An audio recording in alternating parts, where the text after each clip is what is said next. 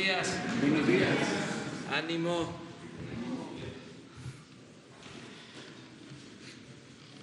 Bueno, vamos a informar como todos los martes acerca del plan de salud y en particular sobre la estrategia que se está aplicando para enfrentar el coronavirus. Quiero, antes de que tomen la palabra tanto el doctor Alcocer como Hugo, que va a hacer la exposición en general, quiero expresar mis felicitaciones a enfermeras, a médicos. Hoy es el Día Mundial de la Salud y deseo de manera sincera, de todo corazón, agradecerles por lo que han hecho y siguen haciendo para cuidar enfermos y salvar vidas. Tienen los trabajadores de la salud todo nuestro reconocimiento, nuestra admiración, nuestro respeto.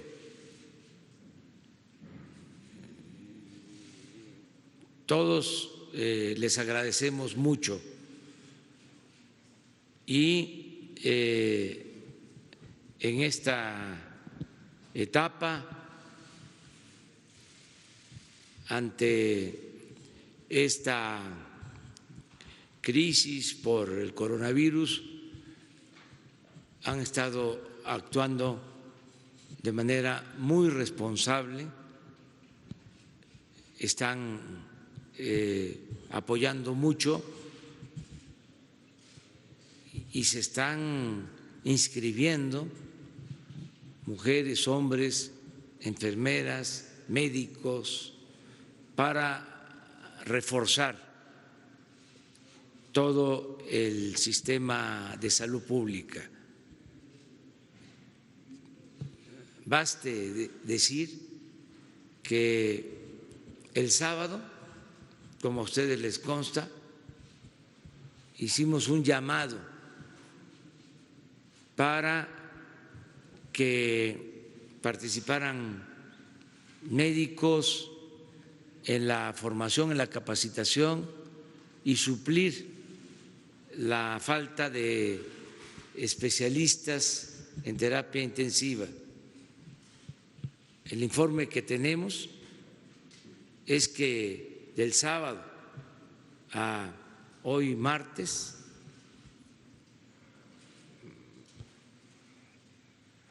básicamente ayer, que fue el día que se convocó para esto, se inscribieron 7,000 médicos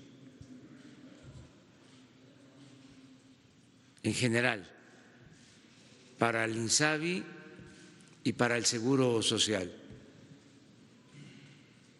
Y ayer me informaron que de esos 7,000 ya fueron contratados 3,000 ayer mismo. Hay mucha solidaridad, inclusive pasantes que quieren ayudar, pero la contratación se está haciendo a titulados, médicos generales.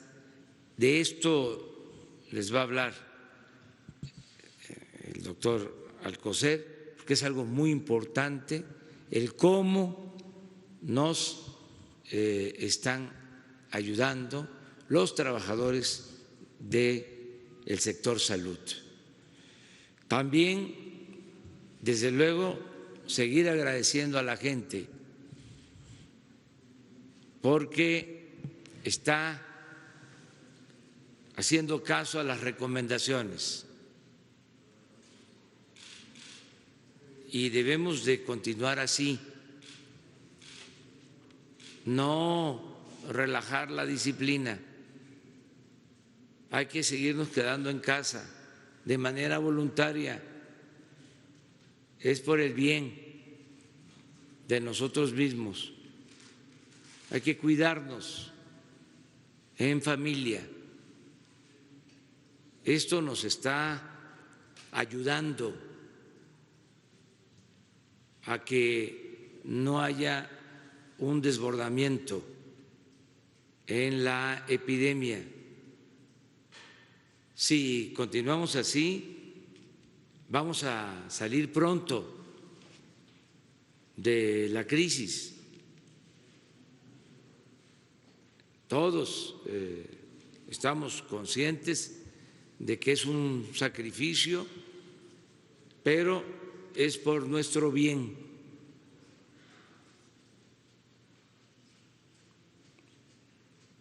La mayoría de la gente está siguiendo las recomendaciones y está saliendo de la casa solo por cuestiones urgentes, indispensables.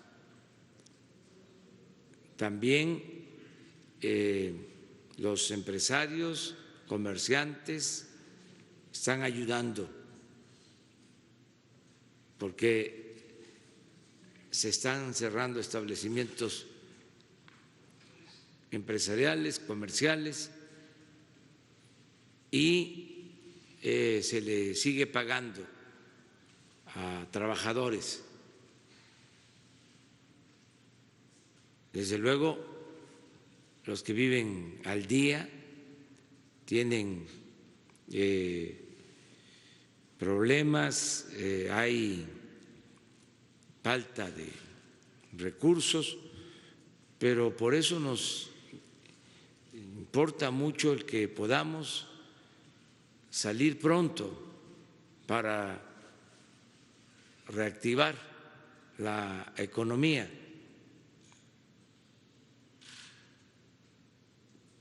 Hoy tengo todo el día dedicado a la preparación de la entrega de 2 millones de créditos.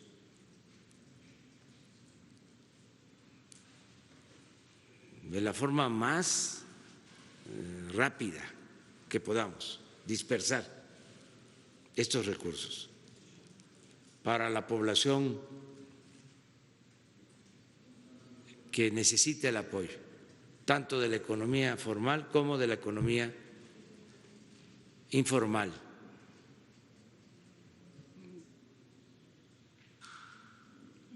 Y así estamos preparándonos para iniciar la creación de empleos nuevos y fortalecer pronto la economía, que podamos salir pronto de la crisis transitoria que estamos enfrentando. Pero yo tengo confianza de que vamos a salir pronto y desde luego vamos a demostrar la fortaleza de nuestro pueblo, lo que somos capaces de hacer con solidaridad, con fraternidad, los mexicanos. No son tiempos, como lo dije en mi intervención, para el fatalismo, sino para la entereza. No son tiempos para deprimirnos, sino para fortalecer nuestras convicciones y salir adelante. Y así va a ser. Vamos a salir adelante. Ánimo. Entonces vamos a pedirle al doctor que nos informe y a Hugo sobre la situación. ¿Por qué no explicas, doctor, sobre lo de los médicos, cómo se convocó y cómo están asistiendo. Cómo no, con mucho gusto, señor presidente. Buenos días. Efectivamente, uno de los retos más importantes desde antes del coronavirus ha sido la formación, con cuántos contamos, con cuántos profesionales de la salud. Ustedes han oído de mi parte y de muchos otros de los acompañantes en estos mensajes que realmente, por decir rápidamente, hay un déficit de 200,000 médicos en el país. Había esto. Pienso yo que esto ya está reducido, de acuerdo a las cifras, en un buen porcentaje, pero todavía no tenemos lo suficiente. 200,000 médicos, de los cuales 123,000 son médicos generales, los que requerimos, y alrededor de 76,000 son los médicos especialistas. Me detengo en el primero, en los médicos generales. En muchos lugares estos han sido desplazados buscando a los especialistas, que son también necesarios. Pero en países, voy a poner un referente importante como es Inglaterra, el sustento de su sistema de salud, y que es de los mejores del mundo, está basado en médicos generales. Pero médicos generales bien preparados, médicos generales que tienen la oportunidad, e inclusive algunos en nuestros lugares de atención médica los ven como no suficientemente para atenderlos y buscan al especialista. En algún momento yo he señalado que esa especialización tan amplia, tan requerida, pero también en exceso, ha llevado a que se divida la función médica, la capacitación médica, en más de 76 piezas. Hay 76 en promedio, 76 áreas de especialización, descuidando la importancia, no el número de los médicos generales. Y regresando a Inglaterra, el sustento de su sistema de salud está en los médicos generales, a los cuales hoy, junto con los especialistas, que también son muy importantes, les doy y les refrendo lo ya dicho por el presidente. Son comprometidos con el ser humano, comprometidos con su dolor y desde luego humanistas la mayor parte de ellos. Dentro de este marco, y no abandonando la necesidad de especialistas, ustedes saben que hay una convocatoria anual para la formación de especialistas. Alrededor de 40,000 entran al examen y son alrededor del 20%, 22% cuando mucho, por esfuerzos pues de varias instituciones, entre ellas de la UNAM, entre ellas también del Instituto Mexicano del Seguro Social, pero en general todos participan, todas las instancias públicas y privadas, y tenemos ese bajo porcentaje de aceptación que nos da lugar a que hay médicos que frustran su deseo de seguir como participantes directos en la atención médica y son desplazados a otros niveles de atención. Algunos abandonan su preparación de 6 años en promedio como médicos y quedan a la deriva, ocupando puestos en otros lugares. No estoy refiriéndome solo a la medicina privada, que es también una necesidad de nuestro país, pero en condiciones que no están fundamentando lo que en 6 años, la mayor parte de ellos están apoyados por el sector privado, se les ha formado. En esa situación hoy tengo la información de que en esta propuesta que se abrió el fin de semana de preregistro para este examen, pues ha habido un cambio. En preregistro hasta ayer había más de 57,000 que respondieron, tal vez, nada más lo pongo a su consideración, a un llamado extra de atención, de darles, no es lo único, un estímulo extra de 2 puntos en el resultado del examen, sumado a lo que tengan en su presentación, si están comprometidos o han estado comprometidos tanto en su servicio social o en otras actividades de tiempo en las comunidades. Esa es la primera. Y agregamos aquellos que están y que han sido notoriamente, como ya se mencionó, llamados por la convocatoria que ofrece el INSABI y que ahora es institucional, es de todo el sector público, IMSS, ISSSTE y desde luego la Secretaría de Salud y los estatales, para poder abrir estas nuevas posibilidades de trabajo con ese estímulo. Y esto lo veremos ahora con el doctor Hugo López-Gatell, que también ha sido algo inusitado, inédito, como está sucediendo. ¿Qué esperamos? Que se aporte toda esta capacidad con formación extra, con capacitación, que pues yo lo planteo de inmediato.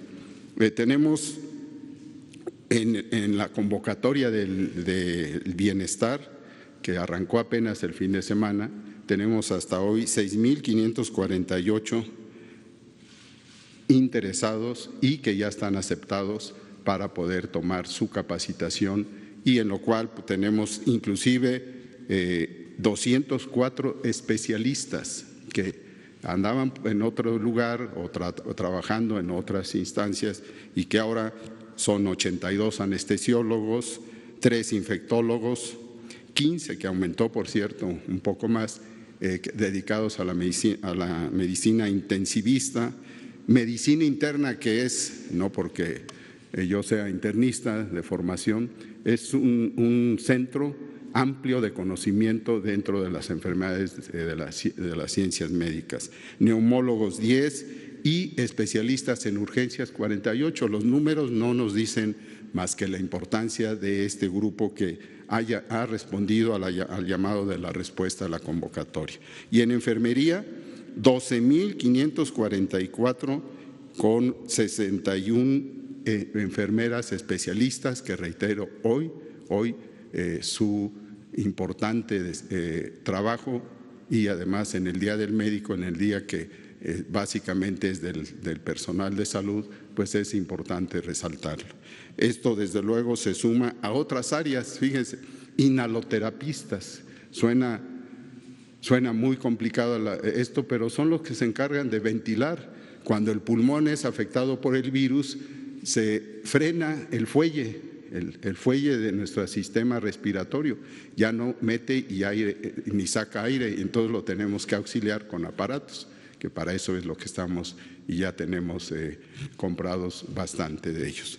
Pero estos especialistas, 220 se han inscrito, entonces tenemos una numeralia que responde a 2 ámbitos. Para esta epidemia, que saldremos adelante en cuestión de semanas, tal vez de meses, pero también para el futuro. Nosotros empezamos antes de esto, ustedes lo saben, 1 año y medio antes, haciendo visitas, haciendo ubicación de los hospitales, del personal y constatando ese déficit que estamos desde antes y ahora con más énfasis sacando adelante. Esta es una información sobre médicos, sobre enfermeras que vale la pena considerar, y termino diciendo, es importante que se mantenga después de esta crisis transitoria, para que podamos desde luego continuar con nuestra tarea, compromiso del cargo y del encargo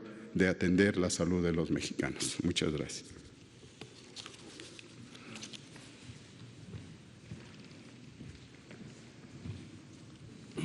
Gracias, señor presidente. Maestro, buenos días. Muy buen día tengan todas y todos.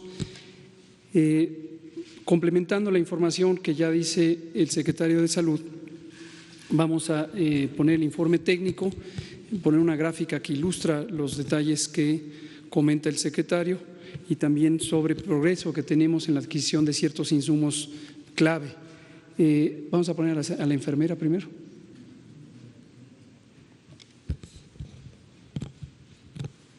Primero quisiera retomar lo que ha dicho tanto el presidente como el señor secretario, que es el agradecimiento que tenemos por el personal de salud médicos, enfermeras, enfermeros, médicas, inhaloterapeutas, todo el personal que participa no solamente en esta respuesta a la emergencia sanitaria, sino todos los días de manera incansable en esto. Hoy efectivamente es el Día Mundial de la Salud, 7 de abril, un día como hoy, pero de 1948 se estableció la Organización Mundial de la Salud, que es el organismo internacional dependiente del sistema de la Organización de Naciones Unidas, dedicada específicamente a la salud, y su misión es asesorar a los Estados miembros, entre los que desde luego está México desde la fundación de la OMS, en materia de salud pública. Pero aprovechamos este día para expresar nuestro reconocimiento a todo el personal de salud. En particular, en este año, que es el año de la enfermería y la partería, a las y los enfermeros que son una pieza fundamental de la atención diaria en cada minuto de las personas enfermas. Muchísimas gracias. Si no fuera por ustedes, las cosas no podrían avanzar ni hoy, ni antes, ni mañana. Entonces, muchas gracias. Vamos a ver el informe técnico. Presentaré solo algunas de las diapositivas, el resto lo presentamos ayer en la noche y lo vamos a presentar todas las noches, el informe técnico, solo para retomar sobre algunas ideas en particular. Como hemos dicho, la intensidad de la transmisión de la epidemia se mide fundamentalmente por los casos que están activos en los últimos 14 días. ¿Por qué razón? Porque son las personas que, estando enfermas, son infectantes. Una vez que pasa este periodo, quienes se recuperan se quedan ya como personas no infectantes y no contribuyen. Entonces, en el mundo se han acumulado hasta el corte de los datos oficiales que recopila la Organización Mundial de la Salud y de la que proceden estas estadísticas, más de 1.200.000 casos, pero el 76% son los que están activos en las últimas 2 semanas. Y también en las últimas 24 horas se empieza a ver que la región europea disminuye su contribución a la epidemia, pero la región de América empieza a incrementarla. Esta tendencia va a seguir por lo menos en las siguientes 3 a 4 semanas. La siguiente es el mapa de México, la síntesis que presentamos anoche. Tenemos 2.439 casos y muy desafortunadamente 125 personas han perdido la vida en relación con esta enfermedad. Ayer comentábamos que las personas que han perdido la vida por COVID característicamente son personas adultas mayores o personas que padecen enfermedades crónicas, excepto en 3 situaciones en donde no se ha identificado previamente la existencia de enfermedades crónicas en adultos jóvenes, excepto uno de ellos que desafortunadamente perdió la vida y tuvo COVID, una forma grave de COVID, y se descubrió en el momento que era atendido sobre COVID que tenía diabetes, un hombre de 41 años, en paz descanse. La siguiente. Esta es la distribución por estados, donde se ve cuáles son las zonas de mayor circulación y mayor intensidad del virus, y vámonos a la última, donde se ve la curva epidémica. Todos estos detalles los comentamos cada noche, hoy no abrumaríamos con ellos y hoy en la noche los comentamos. Vámonos exactamente a la última, solo para mostrar panorámicamente la curva de transmisión de los casos acumulados en México comparado con lo que ocurre en otros países. Como hemos dicho, todavía es temprano para poder dar una medida clara de que estén teniendo impacto estas acciones de mitigación comunitaria que consisten en que nos quedemos en casa, pero como ya enfatiza el presidente, es importantísimo no salir al espacio público porque esa es la manera en la que vamos a evitar contagios, vamos a hacer una epidemia más pequeña, más manejable, a pesar de que sabemos y lo decimos todos los días, la epidemia va a continuar y va a continuar hacia la alza y vamos a tener el momento de la fase 3 en aproximadamente 2 a 3 semanas, donde vamos a tener una gran intensidad de transmisión, pero queremos que esa transmisión sea menor si nos mantenemos en casa. Vamos a ver ahora los detalles de la formación de personal y reclutamiento, lo que decía el doctor Alcocer, nuestro secretario de Salud. Hemos organizado la atención para COVID para que podamos utilizar de la manera más eficiente las capacidades y los talentos de los profesionales de salud. Aquí el Instituto de Salud para el Bienestar juega un papel fundamental y qué bueno que se creó antes de COVID. El maestro Juan Ferrer y de manera específica aquí el doctor Alejandro Esbarch están organizando esto de manera muy eficiente.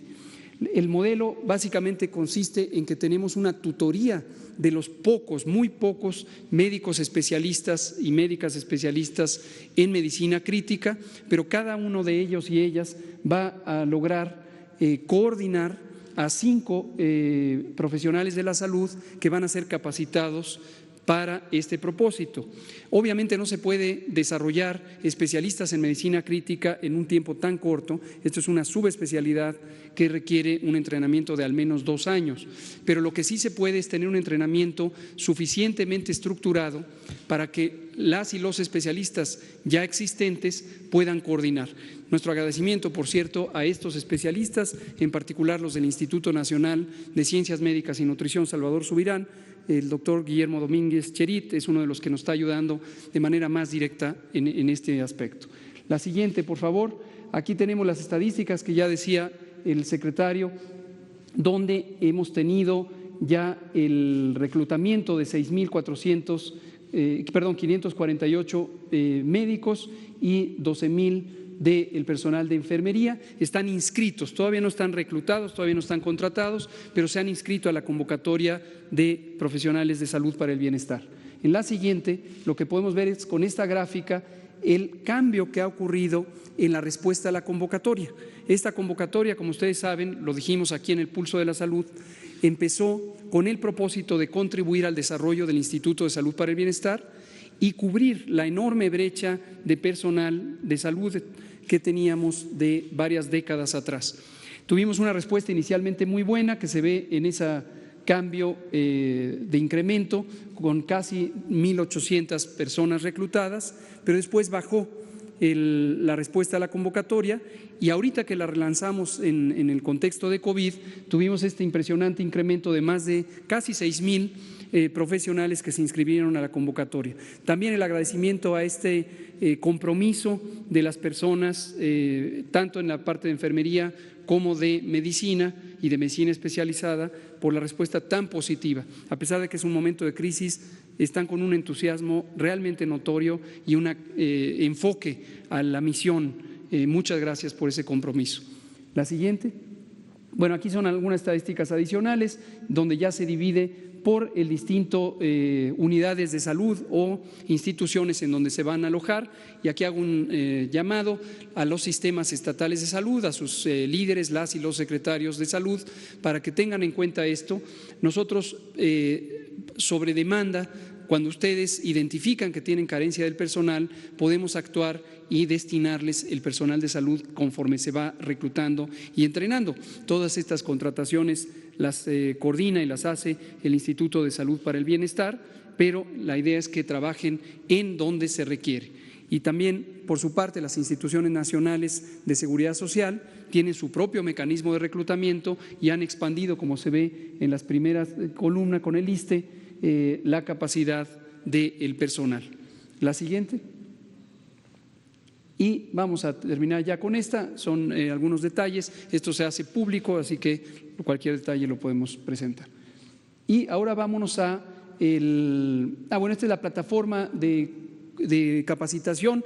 Hay un mecanismo en línea en donde se hace una tutoría dirigida de capacitación. Esto ya lo presentó el doctor Esbarch hace unos días, el fin de semana, y tenemos por un lado la plataforma para autoentrenamiento, la tutoría dirigida para la asesoría en el manejo de los pacientes, con este esquema de un especialista, 5 capacitados, 25 pacientes, y también tenemos un entrenamiento presencial que se está coordinando también con el Instituto Mexicano del Seguro Social para que tengamos un entrenamiento muy intensivo durante 15 días. Vamos a pasarnos ahora al progreso en la adquisición de los insumos. Como hemos comentado, la disponibilidad de ciertos insumos para la salud está completamente perturbada desde que empezó la epidemia, de hecho en China, antes de que se saliera de China. La razón las cadenas de producción de este tipo de insumos están distribuidas en todo el mundo y China es uno de los mayores productores de insumos para la salud. Evidentemente, cuando la epidemia afectó China, se suspendió la actividad industrial en la región de Hubei, en la provincia de Hubei, y es donde existen algunas de estas fábricas del material. Otras están hacia la zona sureste, hacia la región de Shanghái. Pero se afectó y ha sido muy difícil. Sin embargo, hemos hecho un trabajo muy dedicado con la coordinación de todo el gobierno. Mi agradecimiento aquí también desde la Secretaría de Salud a la Secretaría de Relaciones Exteriores, que nos ha permitido identificar dónde existen insumos. También se han hecho adquisiciones en el país. Lo que podemos ver aquí es la estadística de lo que se ha entregado ya y lo que está pendiente por entregar. Está saliendo hoy mismo el vuelo. Ayer anuncié que ya estaba en el aire, en realidad se retrasó un poquito, pero sale hoy, ya está, tenemos las fotos donde está terminando de cargar el avión y sale con el más grande cargamento de equipos de protección personal, estará llegando seguramente mañana. La siguiente y última, bueno, aquí está precisamente cómo vamos a distribuir, están identificadas ya las rutas de distribución para que de manera muy expedita, en muy pocos días, estamos calculando que 4 a 5 días, podríamos ya tener todo distribuido en el territorio nacional con la entrega de los equipos de protección personal. La siguiente y la siguiente. Estos son también los equipos de ventilación mecánica que se han identificado de acuerdo a su calidad y de acuerdo a su competencia para el uso intensivo que se va a tener que dar durante todo el periodo de la epidemia. Y finalmente son todas. Entonces, termino con una frase diciendo, en el manejo de esta epidemia como fenómeno complejo ha sido fundamental el mantener el espíritu de colaboración al interior del gobierno, orden y disciplina para que cada quien haga lo que le corresponda y nos complementemos, y también una respuesta social que ha sido muy positiva tanto del sector público como del sector social y desde luego también del propio gobierno y de la ciudadanía en general. Quedémonos en casa, es muy importante, insistimos, la epidemia sigue al alza y seguirá al alza hasta llegar a su máximo en la mitad de mayo o finales de mayo, y necesitamos reducir. Lo que vamos a ver en ese momento depende de lo que hagamos hoy. Y la Jornada Nacional de Sana Distancia está presente. Estaban los videos, exactamente. Tenemos 2 videos, con el permiso del presidente vamos a presentarlos para recordar la importancia de su sana distancia, mantener su sana distancia. Inició la fase 2 del COVID-19, pero ya sabes, tu barrio te respalda. Evita grandes concentraciones. Compra en el lugar de siempre. No vayas lejos de casa. Todo lo tienes cerca, con tu gente. En el mercado, la fonda, la tiendita. Ahí está lo bueno, lo que necesitas. La comida, los antojos, bebidas, el mandado. Y cuando salgas, yo te acompaño. Soy Susana Distancia. Mantengámonos unidos y quédate en casa. Gobierno de México. Son tiempos de contingencia. Hay que quedarse en casa para proteger tu salud y la de todos. Sigue estos sencillos consejos para mantenerte sano. Aliméntate de manera saludable. Limita el consumo de alcohol y de bebidas azucaradas. No fumes. Haz ejercicio. Convive con tu familia. Comparte las labores de la casa. Escucha música, lee y juega con tus hijos. Para más información, visita coronavirus.gov.mx. Y quédate en casa. Gobierno de México. La prevención es la pieza clave de la salud pública. La prevención implica que la epidemia se detenga o se reduzca en la comunidad. No tenemos que esperar a que las personas lleguen a atención. Estamos preparados para recibirlos en la atención hospitalaria, pero entre menos casos tengamos, obviamente resulta mejor. Y aquí estos videos los vamos a estar produciendo. Mi agradecimiento a Jesús Ramírez, a Susana Pimentel y el equipo de comunicación social de Presidencia, también al doctor Ricardo Cortés, director general de Promoción de la Salud, quien fue el creador de Susana Distancia y de estos mensajes importantes. Susana Distancia nos va a estar dando estos consejos prácticos para que la ciudadanía identifique cómo puede reducir su movilidad si busca las opciones alrededor de su domicilio en vez de ir a grandes distancias. Eso además va a ayudar a las economías locales para que no se sufran tanto con este periodo especial y después se puedan reactivar más fácilmente. Señor presidente. Bueno, abrimos.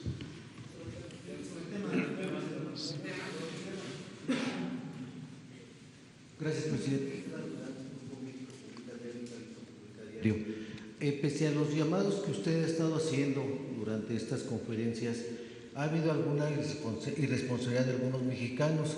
Esto lo hemos visto en redes sociales, también en los diarios, en la televisión, donde las playas parece ser que están de vacaciones y hay playas donde se ha visto pues gran número de personas y que pese a que las autoridades locales o municipales han intentado de persuadirlos de que no se estén ahí, pues estos insisten y están ahí. Se ha visto en playas de Jalisco, en playas de Guerrero, entre otras. Ante esta situación, ¿usted consideraría que se podrían aplicar medidas más severas para pues, que estos mexicanos no sigan tomando esta contingencia como si fueran vacaciones? Aplicar como toque de queda para que estos entiendan la situación por la que se está atravesando. Y en otro tema, presidente, sobre lo que usted mencionaba de reducir el aguinaldo, eliminarlos, ¿usted conminaría también a los diputados o a los legisladores a que no se apliquen estos, que no se aprueben estos abonos que cada año se dan, se aprueban y que son, la verdad, cantidades muy exageradas? Gracias. Bueno, desde el principio sostuvimos que íbamos a llevar a la práctica el principio juarista de nada por la fuerza, todo por la razón y el derecho, que no iban a haber medidas autoritarias y que confiábamos en la responsabilidad de la gente. Y la verdad, ha sido muy bueno el resultado. Tenemos un pueblo muy consciente, es un orgullo. La mayoría de la gente está cumpliendo las recomendaciones, muchos con sacrificio, pero no ha habido desatención a los llamados que hacemos. Por eso les agradezco mucho el que estén actuando como lo están haciendo.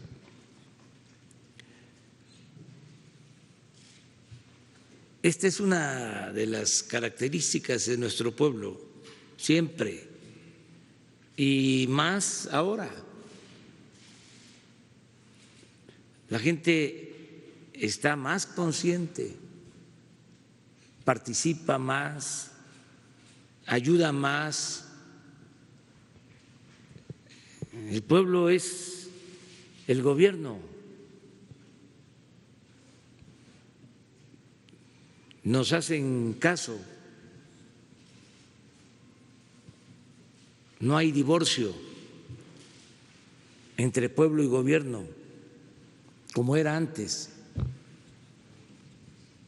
Esto a lo mejor no les gusta a nuestros adversarios y van a decir que no es cierto, pero yo sostengo que hemos tenido menos problemas de infecciones, de contagios, por la actitud de nuestro pueblo y por otros factores que ya en su momento los vamos a destacar. Lo hemos venido diciendo, pero nos ayuda mucho la solidaridad del pueblo y nos ayuda mucho la fraternidad de nuestras familias. Esa es una peculiaridad, es un distintivo de México. Por eso la grandeza de México. Y esto tiene que ver con nuestras culturas. Somos herederos de civilizaciones que vienen de lejos. Es de mal gusto el compararnos, porque también siempre se alentó el que en otros países eran mejores que nosotros. Y no es así. Lo que estaba mal en México era el gobierno y sobre todo, como siempre lo he dicho, el principal problema era la corrupción. Pero México tiene un pueblo extraordinario, un pueblo trabajador, fraterno, y ahora muy politizado, muy consciente. Si por Semana Santa algunos, no todos, no se puede generalizar, están visitando las playas, pues les hago un llamado a que no lo hagan. Hago ese llamado. No es solo un asunto de prohibición o de que usemos la policía o la Guardia Nacional. No. Estoy seguro de que la gente va a hacernos caso.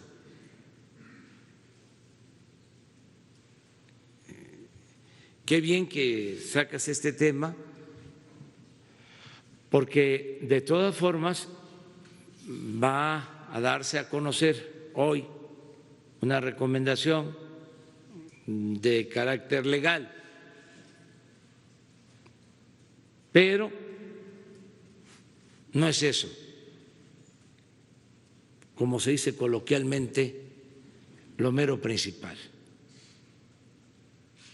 Lo importante es que se le informe a la gente de que eso no es conveniente y que nos ayuden.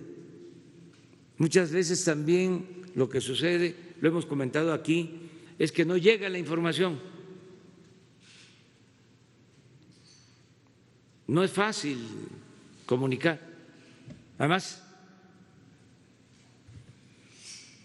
muchos medios están dedicados a otra cosa, medios de información,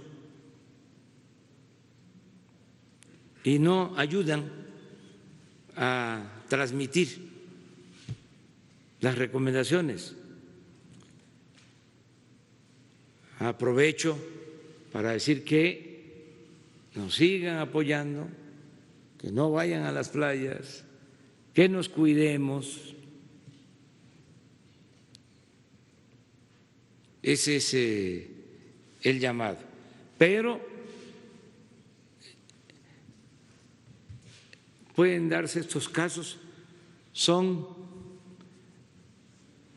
excepción, no es la regla. Si tenemos los resultados que hemos logrado entre todos hasta ahora, es por la actitud responsable del pueblo de México.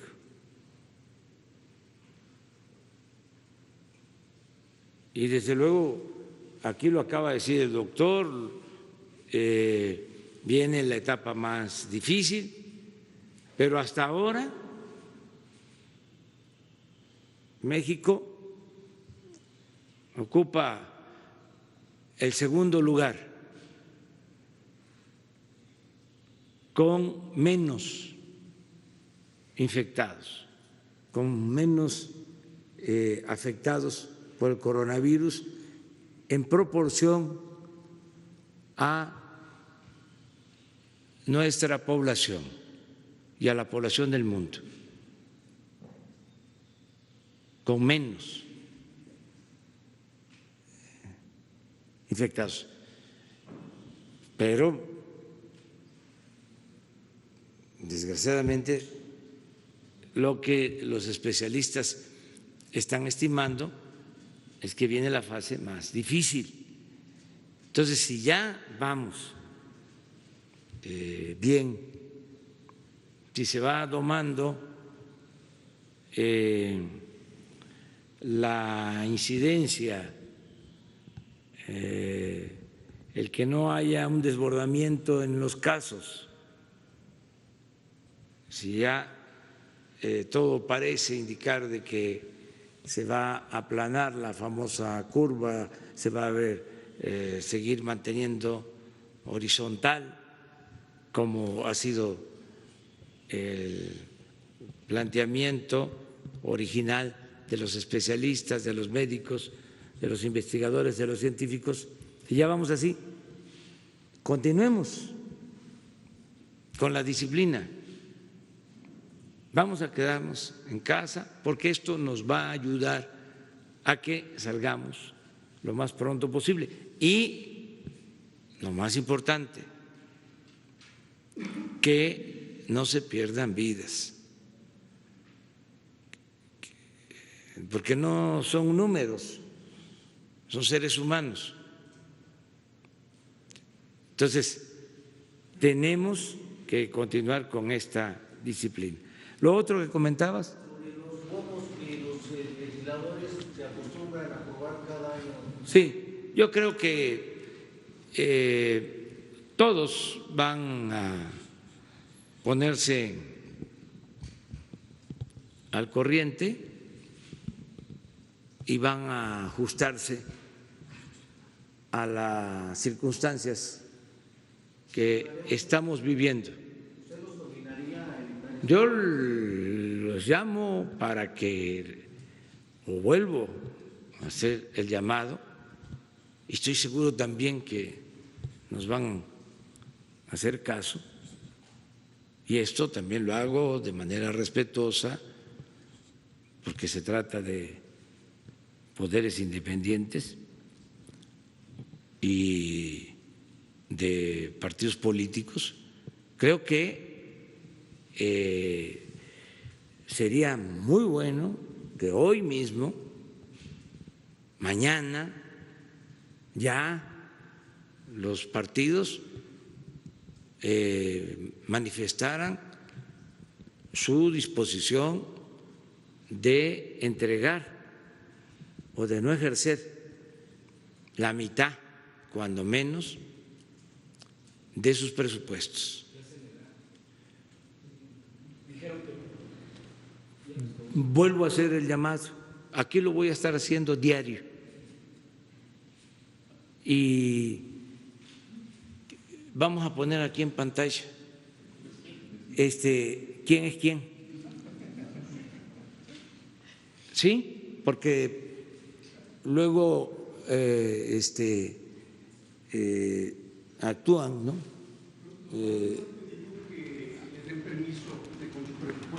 Ya está permitido, como sea, pero que entreguen la mitad del presupuesto, que hay una fundación en salud, una beneficencia pública, si no es dinero, en especie, el equivalente a la mitad de su presupuesto. Y a partir de mañana, hoy vamos a consultar, a recoger la opinión de cada dirigente. Lo hago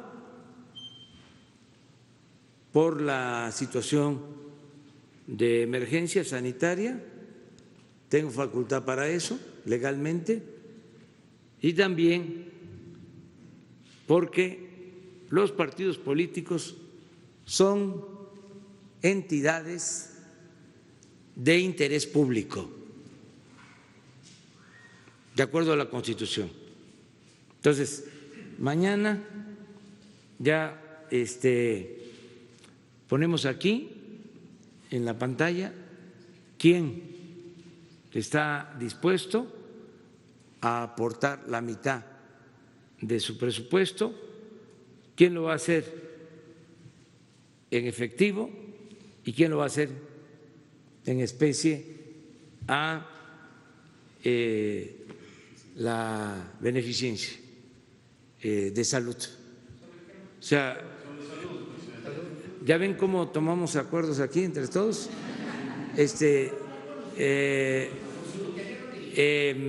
Estamos aquí en sesión permanente, siempre hablo de comunicación circular.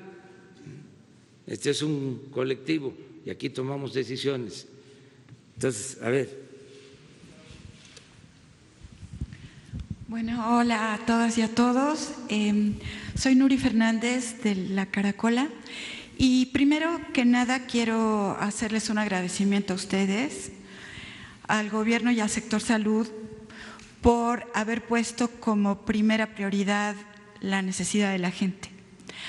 Hay muchos países de América en que esto no está sucediendo y hay gobiernos que han priorizado cuestiones, por ejemplo, económicas antes de reforzar la salud del pueblo. Hay lugares donde se están cobrando las pruebas entre $50 y $100. Hay una situación pues muy grave en muchos países y aquí tenemos la ventaja de contar con un gobierno que está viendo hacia la gente. Eso en primer lugar. Y luego una pregunta que es un poquito compleja. Hay una situación muy grave que necesitamos pensar. Si tomamos en cuenta el ejemplo de la influenza española hace un siglo, cuando empezó esta gripe tan fuerte que costó 50 millones de vidas, empezó en los campamentos militares, porque allá había una concentración, era la Primera Guerra Mundial, muy grande de personas. Entonces yo me quiero referir en primer lugar a las concentraciones más vulnerables y qué se está haciendo y pensando para ellas.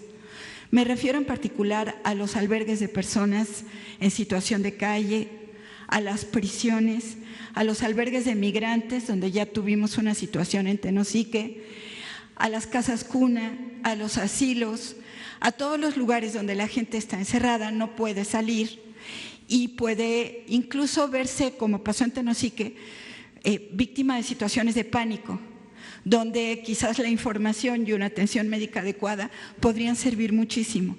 Entonces, la primera pregunta tiene que ver con la concentración de gente en lugares que no puede salir.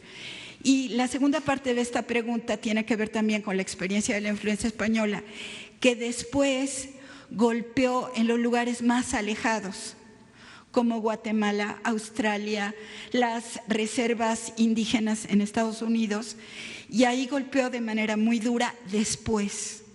Entonces, la pregunta tiene que ver con la dispersión que va a venir después. Aquí tenemos 196,000 comunidades de menos de 2.500 habitantes y las cabeceras municipales no alcanzan para atender médicamente a estas comunidades. Una vez presentó Andrés Manuel un proyecto de hacer 13,000 centros comunitarios que pudieran servir para nuclear a las comunidades y darles el servicio de bancos, de escuelas de nivel medio por lo menos, y de salud. Entonces, quizás pensar en un plan en que haya escalón intermedio entre la comunidad muy alejada y la cabecera municipal para dar esta atención médica. Entonces, mi pregunta tiene que ver con los casos de concentración extrema y de dispersión extrema. Gracias. Muy bien.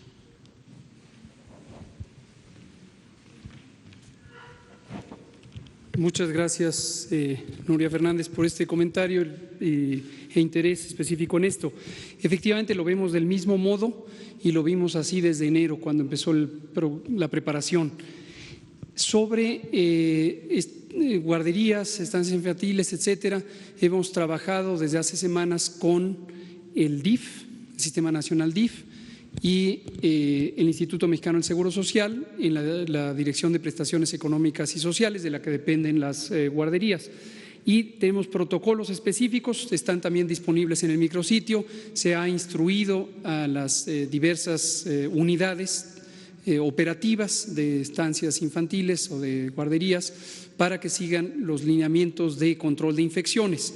El principio general de control de infecciones aplica no solamente a COVID en todos los espacios, sino en general a las enfermedades transmitidas por este mecanismo, por vía aérea, en forma directa, con los estornudos, toser, hablar, etcétera, donde el personal tiene que tener cuidado de proteger su estornudo, tapándose con el brazo, de abstenerse de acudir al espacio de trabajo si presentaran síntomas y, en caso dado, utilizar cubrebocas, como lo mostramos ayer en un video, para el personal de salud, pero el mismo principio aplica para quienes están a cargo de estas guarderías. Lo mismo en casas residenciales para adultos mayores. En las que son públicas, por ejemplo, de adultos mayores están las del ISSSTE, decidimos dejarlas abiertas, no suspendieron, porque están cumpliendo un fin social precisamente para aquellas padres y madres trabajadoras que trabajan en las actividades calificadas como esenciales, sus hijos no están en la escuela y necesitan tener quien guarde a los niños o resguarde o cuide a los niños pequeños o a los adultos, las personas adultas mayores. Entonces hay un protocolo, el protocolo se publicó desde hace varias semanas y está en práctica. Respecto a las comunidades apartadas, comparto la preocupación. También sabemos que va a haber dos fases. Una fase de mayor intensidad de transmisión, esto independientemente de la etapa 1, 2 y 3. Este primer ciclo de transmisión, que va a tener un periodo quizá prolongado en la medida en que tengamos éxito. Esto es contrario a la intuición. El éxito en el control, el éxito en la reducción de transmisión nos va a ayudar a que no se saturen los hospitales, pero paradójicamente, contrario a lo que uno desearía, eso va a prolongar la epidemia. Entonces, en este caso, la prolongación que estimamos podría llegar hasta septiembre, no es un mal signo, al contrario, es un buen signo de que se va administrando el riesgo y teniendo menos contagios por día, aunque al final los contagios continúen por mayor tiempo. Y además, en la medida en que la epidemia circula en tiempos diferentes en el mundo, en los distintos países y regiones, llegará el momento en que exista el peligro de reinfectarse o reinsertar el virus en países que ya vivieron la epidemia. China mismo ahora está tomando mecanismos de precaución porque sabe que le puede regresar el virus de lo que está circulando en Europa y ahora en América. Al interior del país, las comunidades rurales, particularmente las rurales o los asentamientos urbanos dispersos y más periféricos respecto a las zonas metropolitanas y urbanas, tendrán en algún momento la circulación del virus. Ahorita tenemos dos mecanismos por los que se puede propagar. Uno es al interior del territorio nacional por la movilidad. Y aquí aprovecho para recordar, viene la Semana Santa. No son vacaciones, aunque originalmente están contempladas como parte del periodo vacacional en el calendario oficial de gobierno. No son vacaciones ahora porque estamos en medidas excepcionales para el control de la epidemia, y la Jornada Nacional de Sana Distancia se extiende desde el 23 de marzo, cuando fue originalmente instaurada, hasta el 30 de abril, y esto incluye el periodo que originalmente pensamos que eran vacaciones. No son vacaciones. Entonces, lo que pedimos a la población es: no se vaya de su sitio de residencia, no viaje, porque si viajan, lo que va a ocurrir es que van a dispersar el virus a las distintas comunidades y lo van a acercar precisamente a las comunidades socialmente más vulnerables. Ahora termino diciendo, estos mecanismos efectivamente de los centros integradores y de las distintas redes de asistencia que brindan los programas gubernamentales nos ha permitido ser más eficientes. Llevamos también varias semanas, mi agradecimiento a la secretaria de Bienestar, María Luisa Albores, Ariadna Montiel, Gabriel García, Adán Peña, todo el equipo que han estado haciendo un trabajo maravilloso, muy coordinado con salud, precisamente contemplando eso, que los distintos puntos de integración y de acercamiento de los servicios sociales del gobierno nos sirvan también como una red de comunicación, de alertamiento, de confluencia, de detección de casos y en su momento también de un tránsito expedito de insumos y también de, en su momento, si fuera necesario, de evacuación o reubicación de pacientes, si eso llegara a ser necesario. En este momento no hay esa necesidad. ¿Y los albergues de personas en situación de calle, las prisiones y los albergues de migrantes? Perdón. Cómo no, con mucho gusto. Tienen que seguir me deja la inquietud de los albergues para personas en situación de calle, con quien no hemos tenido a nivel federal un trabajo específico. Este tipo de albergues dependen administrativamente de los gobiernos estatales. Entonces, no olvidemos que los gobiernos estatales y sus personas titulares, los gobernadores, la gobernadora de Sonora y la jefa de gobierno de la Ciudad de México, son autoridades sanitarias. Entonces, tienen un ámbito de responsabilidad en su territorio y este tipo de instalaciones de asistencia están administrativamente asignadas a ellos y los lineamientos están escritos, están planteados. Para prisiones federales sí hemos estado trabajando con la Dirección General de Reclusorios, el protocolo está implantado y está siguiéndose las medidas tanto de sana distancia como de higiene básica. Con las personas migrantes, también el Instituto Nacional de Migración puso en marcha, a partir de los lineamientos generales que dispone la Secretaría de Salud o el sector salud, puso en marcha operativos especiales para hacer mucho más consistente y ordenada la higiene necesaria y las medidas de sana distancia en el límite de las posibilidades. Obviamente son espacios donde está reducida la movilidad y muy densa la población. Gracias. A ver. Gracias, señor presidente. Arturo Páramo, Grupo Imagen. Tiene que ver dos preguntas para el secretario o el subsecretario y después alguna para usted. Quisiera saber si tiene algún impacto el anuncio que hicieron ayer la UNAM y el Politécnico de que retiraban a todos sus internistas. Ayer usted se refirió en la noche, doctor López-Gatell, acerca del tema de la UNAM. Ahorita quisiera saber, con toda la contratación que se está planeando y la puesta en operación de este esquema de atención, ¿esto que ocurrió con los internistas tiene algún impacto o no lo tiene, toda vez que este grupo de jóvenes que están becados llevan a cabo labores muy de logística en los hospitales de atención a los pacientes que están internados? Gracias por la pregunta. No son internistas somos los especialistas en medicina interna, a los chicos que están de becarios. Pero médicos internos de pregrado. Este es personal en entrenamiento, son estudiantes de las escuelas de medicina que están generalmente en el penúltimo año de la carrera, justo antes del servicio social.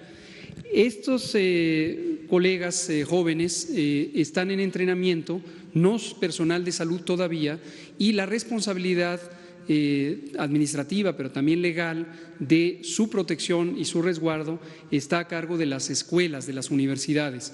Entonces, nos parece pertinente que la Universidad Nacional Autónoma de México, o en su caso también el Politécnico Nacional, hayan decidido esta medida de precaución en masa, dado que ahorita era muy importante proteger a este personal joven.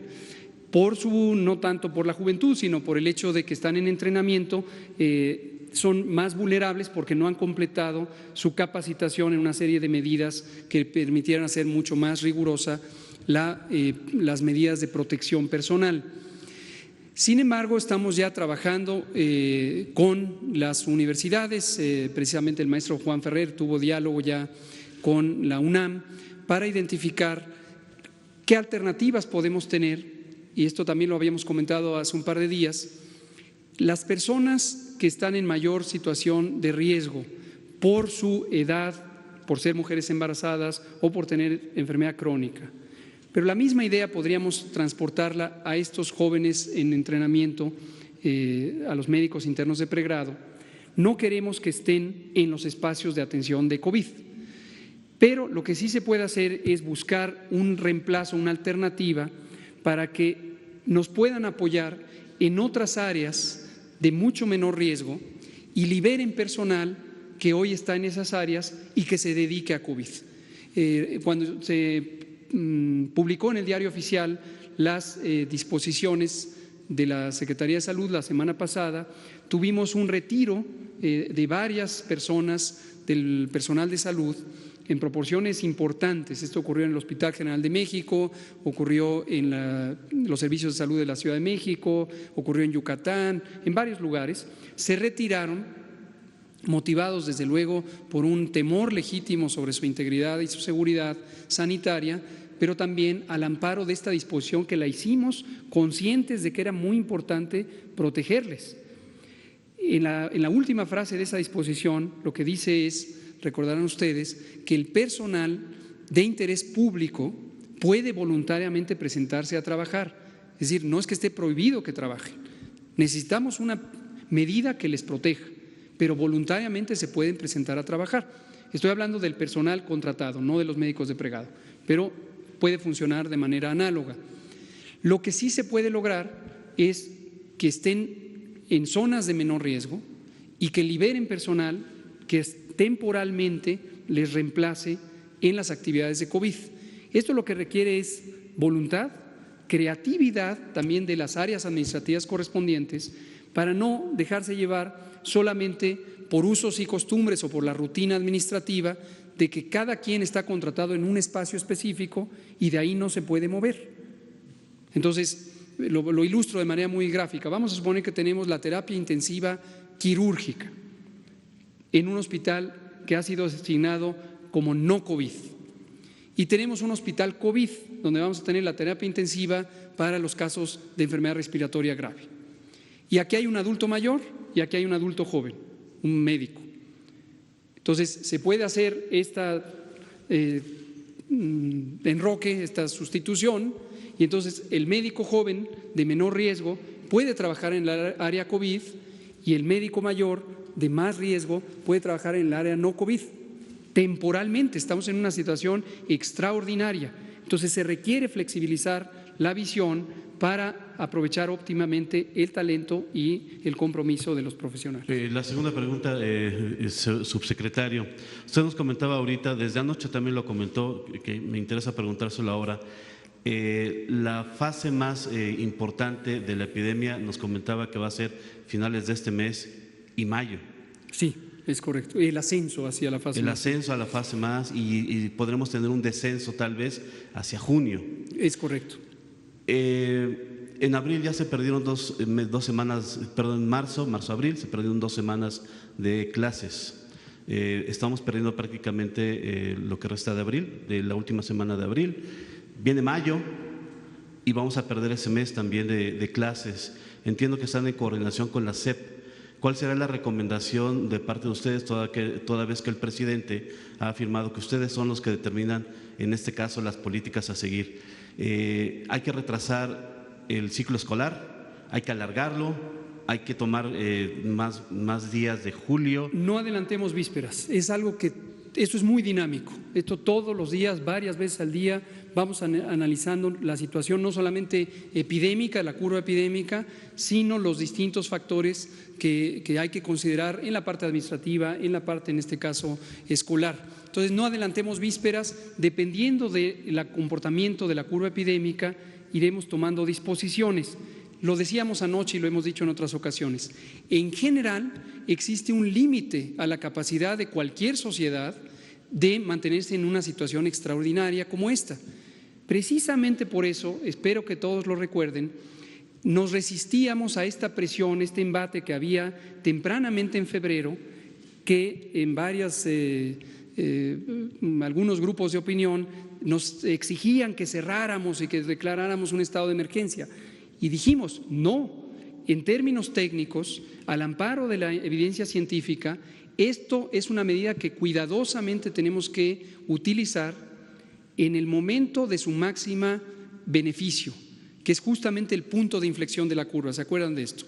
Pero además, no podemos agotar este tipo de intervenciones de salud pública porque la población y la sociedad y la economía nacional sufren mucho. O sea, son medidas extraordinarias que hay que siempre tomar en cuenta sus beneficios, pero también sus adversidades. Entonces, hay un límite. En la propia disposición ya publicada por parte de la Secretaría de Salud y el Consejo de Salubridad General, se especifica que rumbo al final de la Jornada Nacional de Sana Distancia, que acaba el 30 de abril, en preparación a ese punto estaremos trabajando, ya lo estamos haciendo, en particular con la Secretaría de Economía y la Secretaría del Trabajo, para programar un regreso ordenado, regionalizado y escalonado a las actividades laborales del país. Entonces, todavía es muy temprano para tener esta decisión. Esta decisión la vamos a estar analizando a la luz de la evidencia y la comentaremos cuando se haya tomado. Gracias, doctor. Y señor presidente, ayer tuvo una reunión usted con empresarios por la tarde y hoy tiene otra. Si nos puede comentar qué es lo que le está diciendo a los empresarios con los que se reúne. Ya nos había comentado aquí que no va a haber más, no habrá más allá de lo que usted ya anunció y que este sector pues tendrá que ver cómo puede soportar esta etapa de la crisis. ¿Cuál será el mensaje? ¿Cuál fue el mensaje ayer para ellos? ¿Cuál será el mensaje para ellos hoy? Bueno, hay de parte de la mayoría de los empresarios, prácticamente todos, lo mismo, una actitud de colaboración y de apoyo.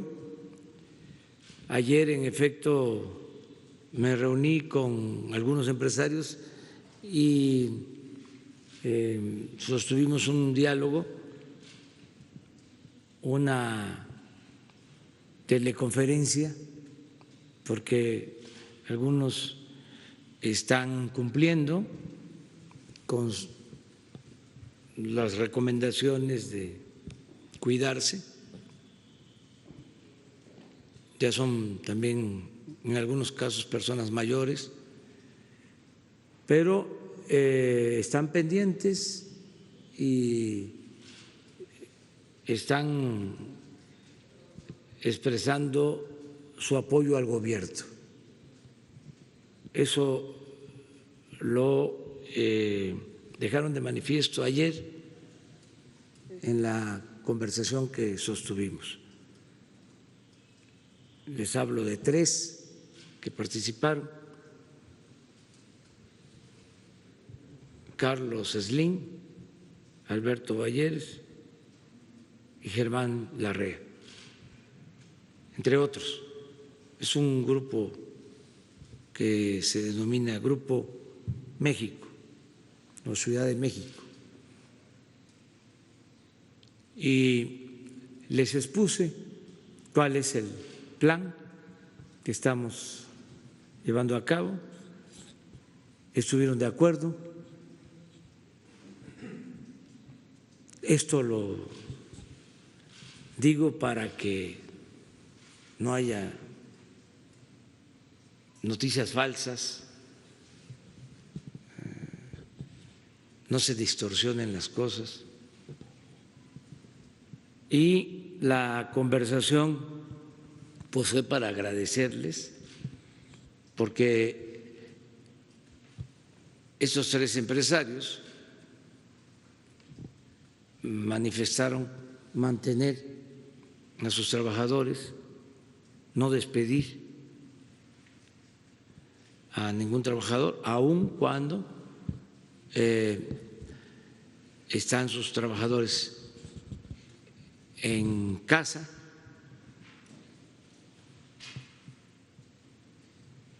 Incluso ofrecieron, y esto es importante, que van a ayudar para apoyar a sus proveedores de pequeñas empresas, ayudarlos pagándoles lo más rápido posible, adelantarles pagos. Eso fue un ofrecimiento, un planteamiento que hicieron, se los agradecí y que están dispuestos a ayudar en lo que el gobierno les pida. Ese fue el ambiente de la conversación. Nosotros les explicamos cuáles son las medidas que se están tomando y se van a profundizar para reactivar pronto la economía, en el entendido de que primero es salir de la contingencia, pero no es salir de la contingencia y dejar pasar tiempo para actuar en la reactivación económica.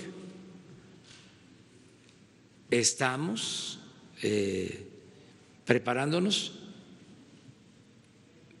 para que tan luego salgamos de la contingencia, de inmediato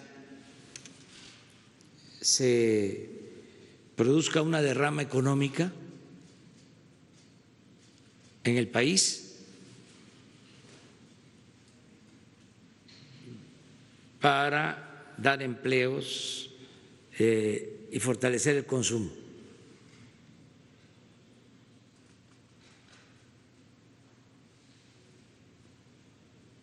Y ese es el plan que se les dio a conocer y estuvieron de acuerdo. Y lo más importante, repito, su apoyo abierto al gobierno. ¿Mande? Sí, hoy tengo otra reunión. Hoy vienen de Monterrey.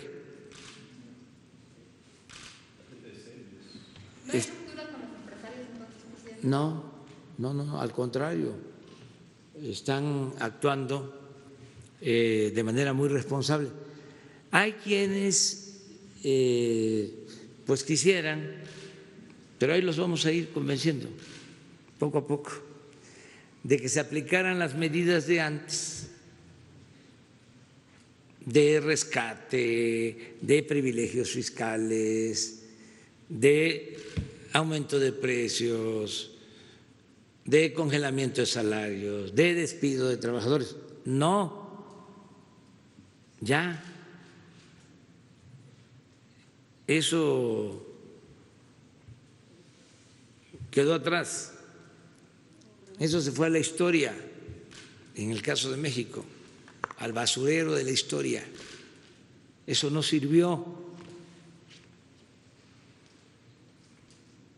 Lo que dijimos ayer, el coronavirus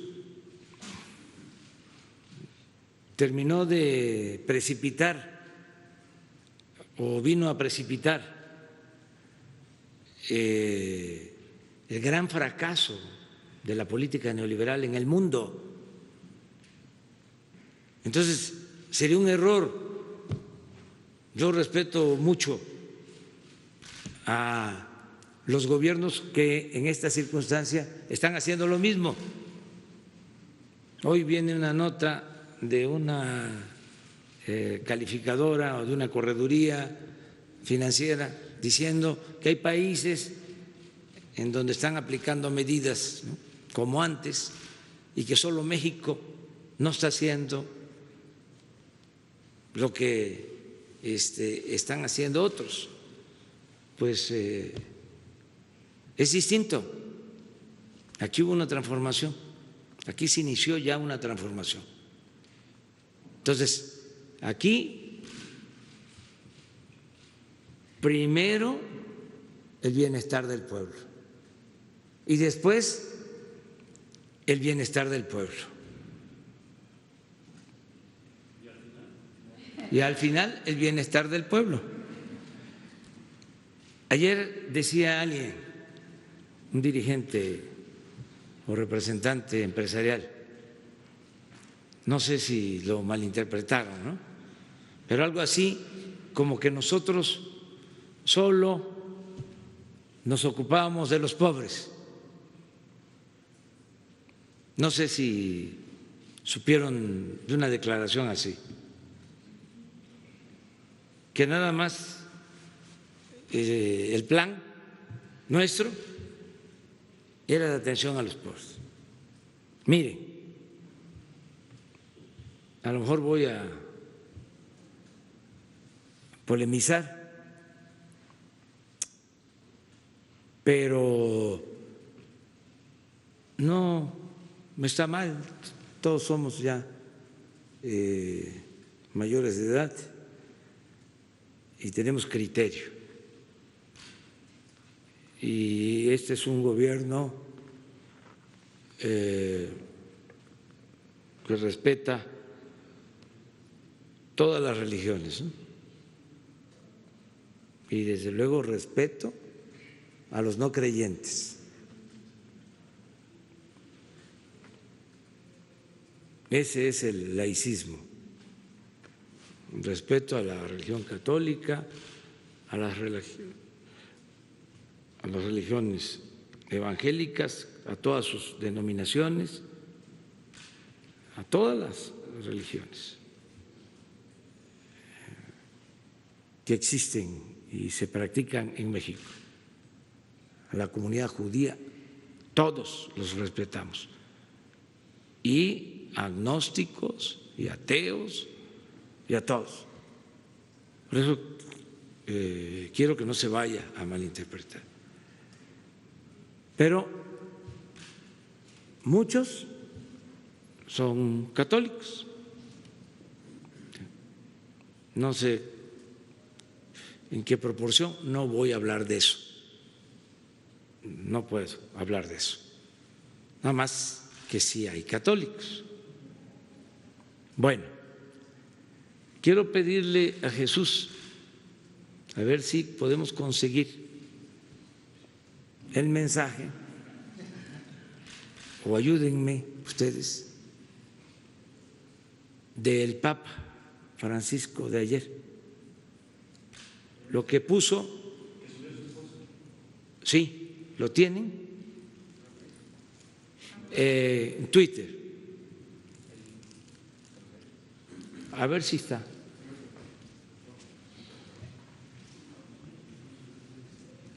Porque además estamos en la Semana Santa. O sea, le pido a los libres pensadores, ¿sí?, que abramos nuestra mente, pero es muy importante que ayer el Papa haya dado a conocer este mensaje, porque luego decimos somos evangélicos, presbiterianos, o somos católicos, apostólicos, romanos, o somos católicos ortodoxos, ¿sí?, de distintas religiones. Pero olvidamos los evangelios.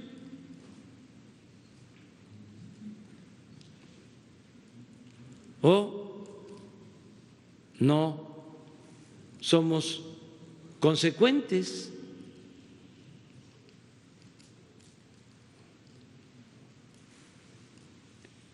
Entonces, ¿por qué primero los pobres? por humanismo, por solidaridad, pero también en el caso de los que son creyentes, porque esa es la esencia de los evangelios.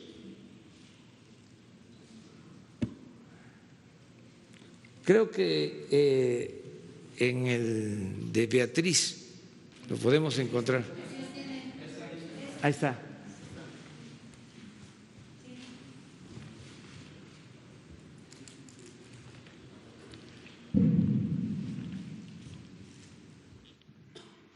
De nuevo ofrezco disculpa por lo que voy a leer. No es con el afán de contradecir, es nada más para que seamos consecuentes. Seremos juzgados, dice el Papa Francisco, según nuestra relación con los pobres.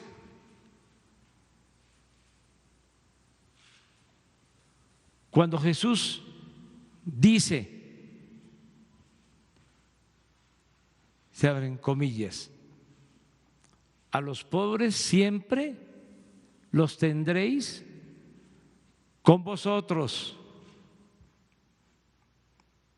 Dice Jesús, yo estaré siempre con vosotros, en los pobres, presente en ellos. Y este es el Papa. Este es el centro del Evangelio. Y seremos juzgados por esto.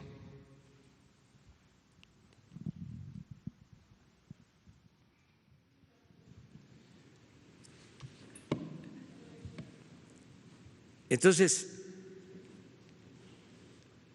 no es que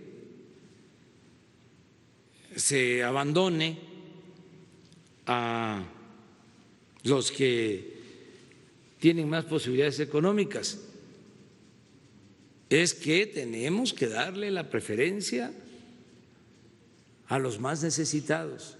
Pero este pensamiento está también en Martí.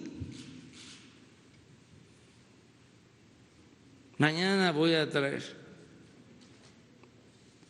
una cita parecida de Martí y está en Morelos. ¿Qué decía Morelos? Que se modere la indigencia y la opulencia. ¿Qué decía Morelos? Que se aumente el salario del peón. ¿Qué decía Morelos? Que se eduque al hijo del campesino y del barretero igual que al hijo del más rico hacendado. ¿Qué decía Morelos? Que haya tribunales que protejan al débil de los abusos que comete el fuerte. Está en los sentimientos de la nación. Entonces es un momento ahora para la reflexión interna. Ahora que estamos recogidos en nuestras casas con nuestras familias, hablemos de esto. Nos afectó mucho el avance del materialismo en estos últimos días, en estos últimos años, de estar pensando nada más en los bienes materiales, en la riqueza, y no pensar en valores, culturales, morales, espirituales, que es lo más importante en la vida. Solo siendo buenos podemos ser felices. Entonces se necesita una nueva corriente de pensamiento. Nada de triunfar a toda costa, sin escrúpulos morales de ninguna índole. Nada de que ahora que hay esta contingencia voy a aprovechar para sacar beneficios, para medrar. ¿A mí qué me importan los pobres, los necesitados? Yo, lo mío, el individualismo, el egoísmo, esa corriente de pensamiento conservadora que fue avanzando. ¿Cómo darle dinero a los pobres? ¿Cómo apoyar a los pobres? Que trabajen, si son unos flojos, si están pobres es porque no trabajan. Es un pensamiento retrógrada. Los pobres trabajan mucho. Lo que pasa es que trabajan y trabajan y trabajan y no salen adelante porque no tienen oportunidades o no se les valora su trabajo adecuadamente. Lo otro, ¿no? ¿Qué decían en el periodo neoliberal? Que no intervenga el Estado, que el mercado va a garantizar crecimiento, empleo, bienestar. Porque si llueve fuerte arriba, si les va bien a los de arriba, les va a ir bien a los de abajo. Va a llover fuerte y va a gotear abajo, como si la riqueza fuese permeable o contagiosa, como el coronavirus. El Estado tiene que ayudar a los más necesitados. Pero fíjense la hipocresía, ¿no? Tan grande. Pedían que se diluyera, que desapareciera el Estado. Pero cuando se presentaba una crisis, se usaba el Estado para rescatar a instituciones financieras. Ahí sí entraba el Estado. Y también lo mismo, ¿no?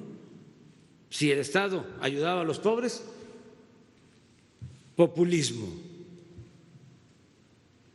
paternalismo.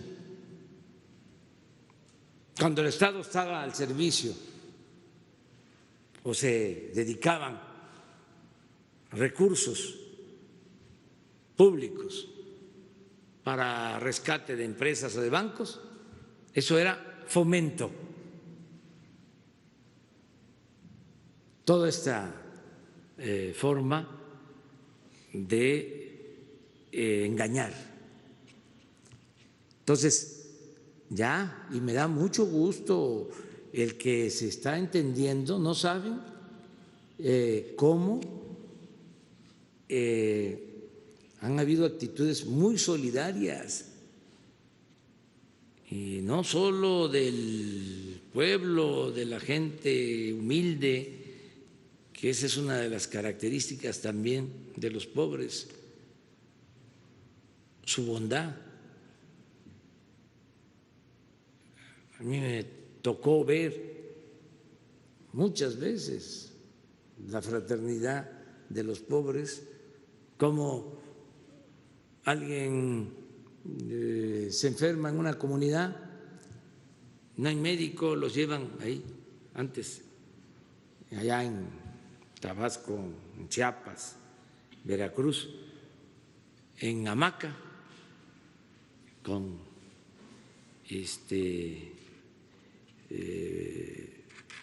maderas, con palos, los llevan al médico kilómetros y va enfermo y sale de la comunidad y llegan los más pobrecitos, todos, a dejarle en la hamaca 1 peso, 5 pesos, 10 pesos, lo que tienen. Lo mismo en los velorios, los que se mueren, la gente coopera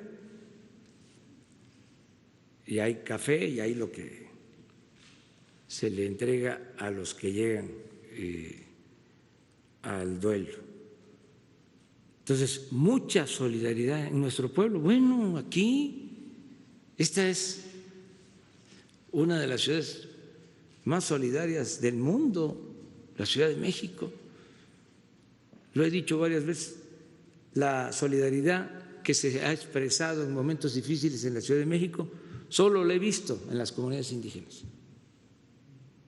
¿Y qué cosa se piensa que es la Ciudad de México?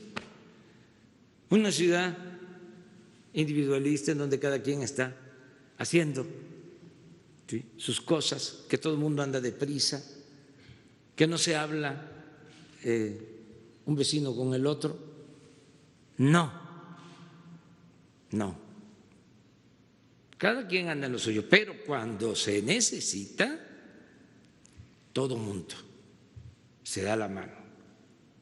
Entonces, eso ya lo tenemos en nuestro pueblo, pero quiero subrayarlo, lo estoy percibiendo de los empresarios de más rango, de más nivel.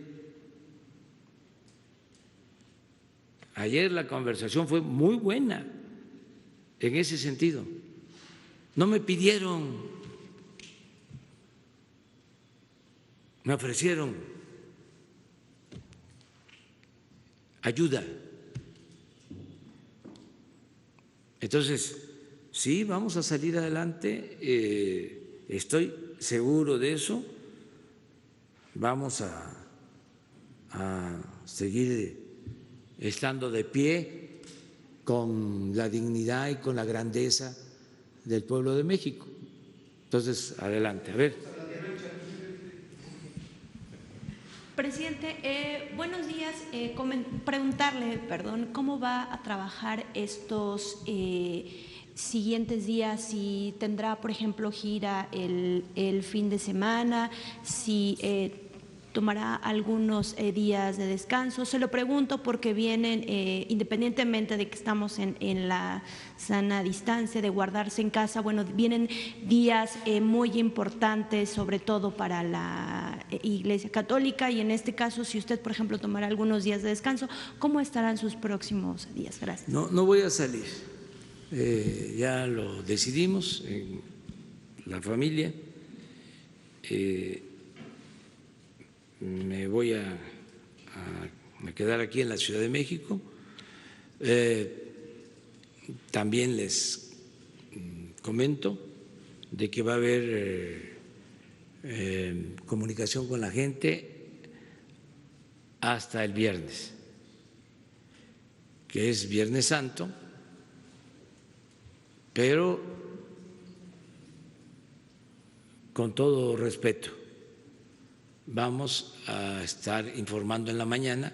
Además, en la mañana, porque coincide, vamos a hacer un homenaje, un reconocimiento a Emiliano Zapata, porque es un aniversario más de su asesinato el 10 de abril y no lo podemos dejar pasar. Entonces, nada más eso, procurando que sea en la mañana del viernes, o sea, terminar actividades por respeto a las 9. Ya nos guardamos el viernes y regresamos el lunes en la mañana. O sea, pero sí voy a estar el viernes aquí y bueno, voy a estar el sábado y voy a estar el domingo. Vamos a estar pendientes.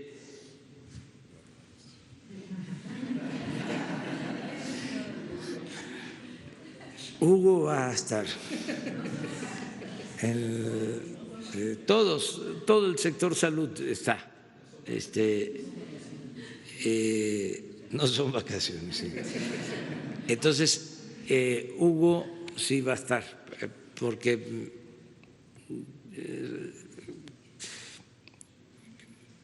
queremos dar seguimiento. Sí. Ojalá y este fin de semana no se nos complique, pero tenemos que estar pendientes.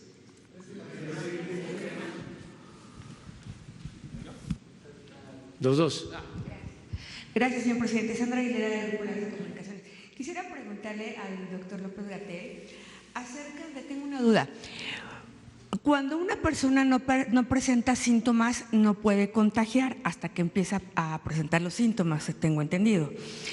¿Qué pasa cuando una persona es asintomática? ¿En qué momento contagia? Si no se sabe cuándo tiene ya la enfermedad.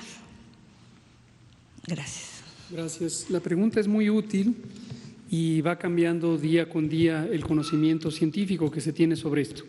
Este es un virus nuevo, es un virus emergente. No existía experiencia científica alguna sobre este virus en el mundo porque el virus no existía.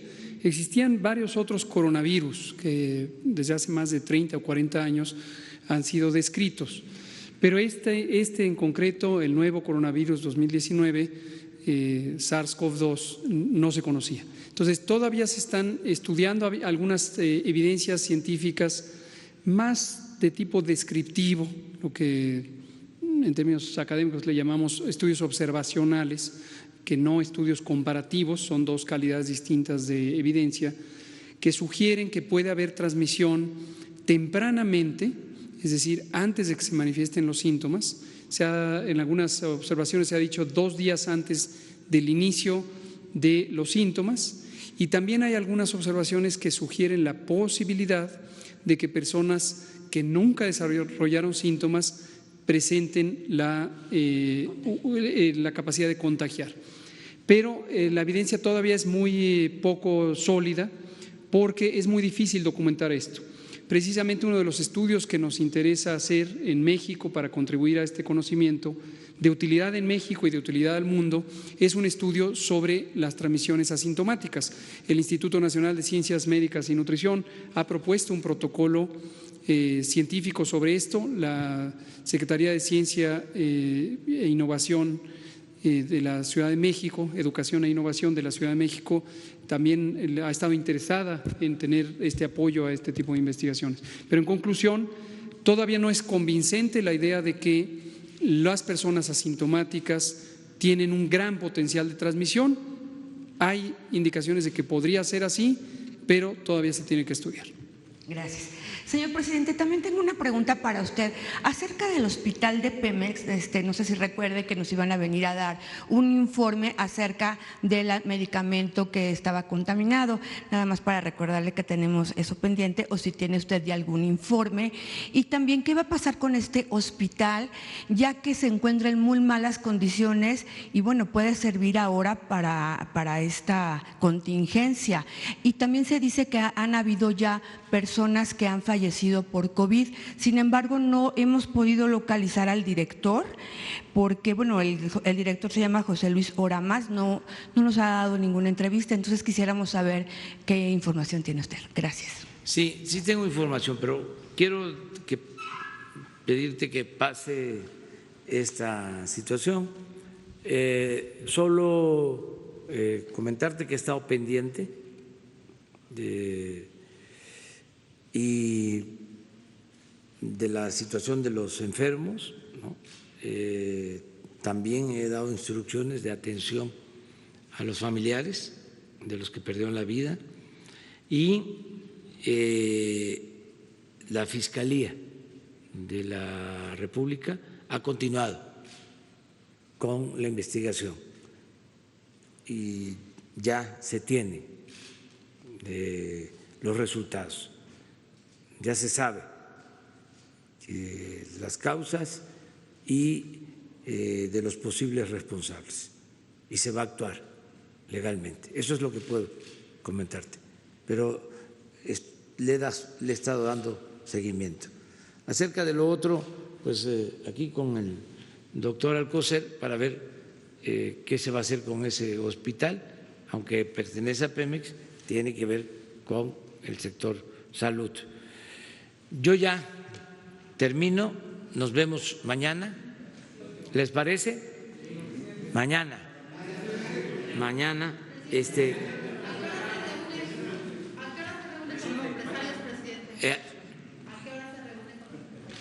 con los empresarios, a la hora de la comida. Sí. Sí. Mañana. Jesús. Mañana, Miguel.